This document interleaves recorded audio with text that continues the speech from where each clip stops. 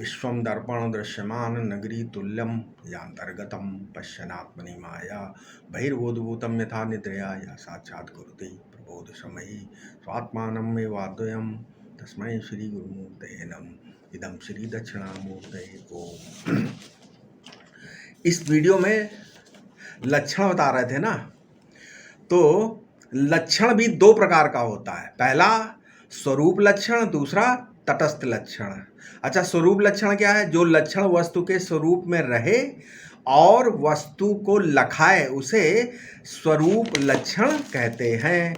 यदि कहा जाए कि आकाश में जो सबसे अधिक प्रकाशमान हंसिए की शक्ल का जो नक्षत्र है वो द्वितीया का चंद्रमा है ना, तो ये द्वितीया के चंद्रमा का स्वरूप लक्षण हो गया। ठीक है। दूसरा है तटस्थ लक्षण। अब तटस्थ लक्षण क्या? जो लक्षण वस्तु के स्वरूप से अलग रहे और फिर भी वस्तु को लखाए उसे तटस्थ लक्षण कहते हैं। जैसे शाखा चंद्र न्याय से पेड़ की डाली और 3 हाथ ऊंचाई है ना, द्वितीया के चंद्रमा का तटस्थ लक्षण है। तो ये जो ये जन्मादस्य यतः से जन्मादि ब्रह्म का लक्षण बताया जा रहा है, वो ब्रह्म का क्या लक्षण हुआ? तटस्थ लक्षण है। ठीक है। ये अन्यनिष्ठ होने पर भी जिज्ञास्य ब्रह्म का बोधन कराने में समर्थ है। तो ये लक्षण जिज्ञासु की स्थिति को ध्यान में रखकर बनाया जाता है। ठीक है। तो जो ब्रह्म को जानना चाहता है, ठीक है, जो ब्रह्म को जानना चाहता है उसके लिए लक्षण बनाया जाता है। इसलिए कहा गया तद भिन्ने सति तदबोधकत्वम तटस्थ लक्षणम और तद भिन्ने सति तदबोधकत्वम स्वरूप लक्षणम। ये एक आदमी को रस्सी में सांप मालूम पड़ रहा है, दूसरे आदमी को फूल की माला दिख रही है, तीसरे आदमी को डंडा पड़ा हुआ दिखाई दे रहा है, और जहाँ डंडा है वहाँ वही रस्सी है, तो जहाँ माला दिख रही है वो भी रस्सी है ना। तो वो सर्प जो सर्प जो है जिसमें दिख रहा है ना, वो रस्सी है। अब देखो ना, वो न माला है, न डंडा है, न सांप है, वो तो रस्सी है। ये सब रस्सी में कल्पित हैं। ये क्या हो गए? तटस्थ लक्षण बन गए। तो मिथ्या वस्तु बिना अधिष्ठान के नहीं होती, अतः ब्रह्म का लक्षण संभव है और वो तैत्तिरीय श्रुति के आधार पर है। तैत्तिरीय श्रुति के आधार पर क्या है कि जिससे जन्म स्थिति और भंग लय होते हैं वो ब्रह्म है। यतो वा इमानि भूतानि जायन्ते येन जातानि जीवन्ति यत् प्रयन्त अभिशम विशन्ति तद विजिज्ञासस्व तद ब्रह्मेति। तो पहले अगर आपने सच्चे सांप को नहीं देखा है तो आप ये सांप नहीं है कैसे कह सकते हैं? इसलिए पहले तो कार्य कारण के यथार्थ रूप को जो लोक में है उसको पहचानो। कर्ता की उत्पत्ति के लिए उसके अव्यवहित पूर्व क्षण में जिसकी उपस्थिति अनिवार्य हो उसको कारण बोलते हैं।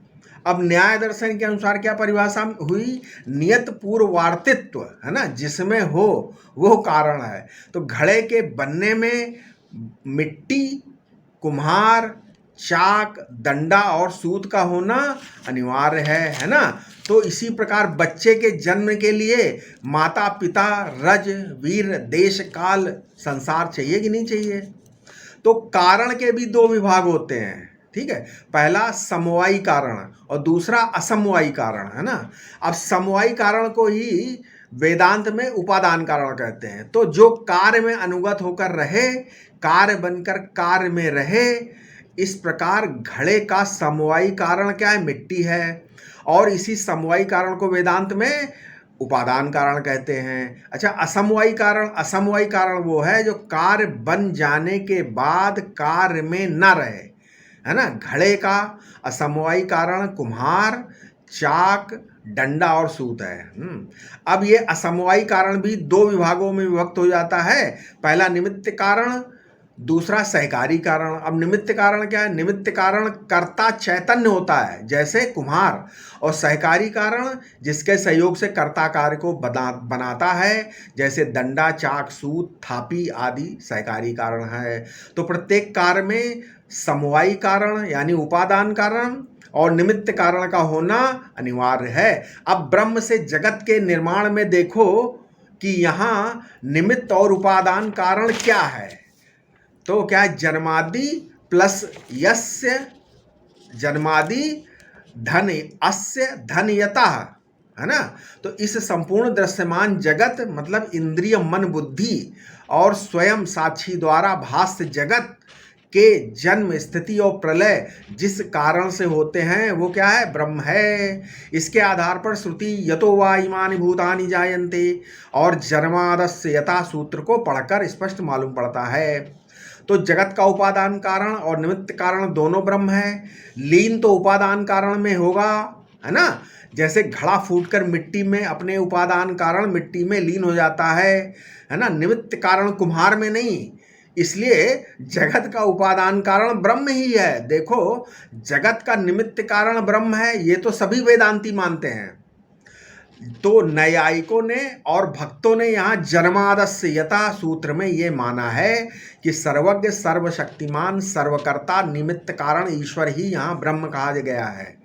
क्या कहा गया, ईश्वर को ही यहाँ ब्रह्म कहा गया। ये कौन कहता है, ये न्याय दर्शन और भक्त लोग मानते हैं। तो इस सूत्र में अद्वैत वेदांतियों को छोड़कर अधिकांश आचार्यों का यही मत है। लेकिन अद्वैत तो निराला है वो अपने आप में निराला दर्शन है। तो पहली बात क्या है, जो निमित्त कारण होगा और उपादान कारण से भिन्न होगा वो ब्रह्म ही नहीं होगा। नहीं समझे। इसी प्रकार जो केवल उपादान कारण होगा और निमित्त कारण उससे भिन्न होगा वो भी ब्रह्म नहीं होगा। तो फिर भी यदि कोई शंका हो तो ब्रह्म सूत्र में आगे हम बताएंगे, है ना। आगे एक अधिकरण है, क्या बोला उसमें, प्रकृतिश्च प्रतिज्ञा दृष्टान्तानुप्रोधात, है ना, 1:4:24।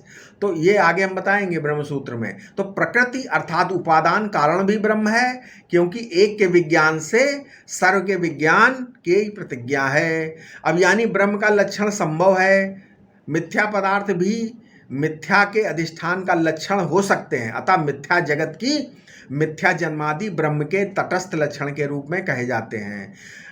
तथा यतः पद से जगत के अभिन्न निमित्तोपादान कारण ब्रह्म का ग्रहण होता है। देखो, सत्य का निर्वचन स्वाभाविक रूप से किया जाता है ना, चाहे उससे किसी भी सिद्धांत की हानि हो या ना हो, सत्य तो सत्य रहता है ना।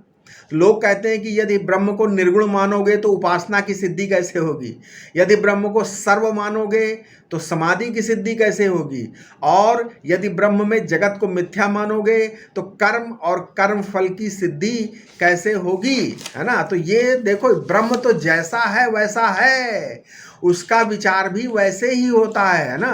कर्म की, उपासना की, समाधि की सिद्धि के लिए ब्रह्म का विचार नहीं किया जाता। भगवान शंकराचार्य पर यह आरोप लगाया जाता है कि उन्होंने केवल बौद्धों को परास्त करने के लिए मायावाद का सिद्धांत स्वीकार किया, लेकिन ऐसा नहीं है। लेकिन औपनिषद सिद्धांत पर यह बात लागू नहीं होगी, क्योंकि औपनिषद ऋषियों के अंतःकरण, जो औपनिषद ऋषि हैं उनके अंतःकरण शुद्ध हैं। शुद्ध अंतःकरण में पक्षपात नहीं हो सकता, इसलिए अशुद्ध अंतःकरण वालों को ये सत्य स्वीकार नहीं होता। अच्छा, जिनको कुछ पाना है या कुछ लेना देना है, वे इस ब्रह्म का, ठीक है, निरूपण, ब्रह्मात्मक का निरूपण करने वाले औपनिषद सिद्धांत से डरते हैं। स्वर्ग या वैकुंठ में जाने के लिए साधन करना और बात है, तत्व के निरूपण में केवल आत्मा की ब्रह्म विषयक अविद्या की निवृत्ति ही चाहिए। तो क्या हुआ, लक्षण प्रमाणाभ्याम वस्तु सिद्धि, लक्षण और प्रमाण से वस्तु की सिद्धि होती है। तो सत्यम ज्ञानम अनंतम या जन्मादस्य यतः आदि लक्षण हैं ब्रह्म में, और ब्रह्माकार वृत्ति रूपी प्रमाण है किसमें, जिज्ञासु में। तो प्रश्न ये है कि किस ज्ञात लक्षण से अब इस अज्ञात लक्षण का बोध हो, है ना। अब जैसे ज्ञात घड़े से उसके उपादान मिट्टी की पहचान होती है, और घड़े को बनाने वाले निमित्त कारण कुम्हार की पहचान होती है। आओ जगत के अभिन्न निमित्तोपादान कारण को पहचाने। अच्छा, न्याय दर्शन में न्यायिक कार्य से निमित्त कारण का अनुमान करते हैं, क्योंकि उनके मत में उपादान कारण तो प्रत्यक्ष ही रहता है, वो सदा कार्य में अनुगत रहता है। सांख्य दर्शन में क्या होता है, कार्य को देखकर उपादान कारण का अनुमान किया जाता है ना, क्योंकि घड़े का उपादान कारण उनके मत में पंचभूतों में तो घड़ा कल्पित है। देखो, सांख्य दर्शन मानता है कि पंचभूतों में तो घड़ा कल्पित है, अर्थात जो पंचभूत हैं वे ही घड़ा हैं। अब घड़ा पंचभूतों का कार्य नहीं है है ना, उनके मत में पंचभूत प्रकृति के अंतिम कार्य हैं और स्वयं प्रकृति मूल कारण है। प्रकृति और पंचभूतों के बीच में महातत्व अहंकार कार्य और कारण दोनों हैं।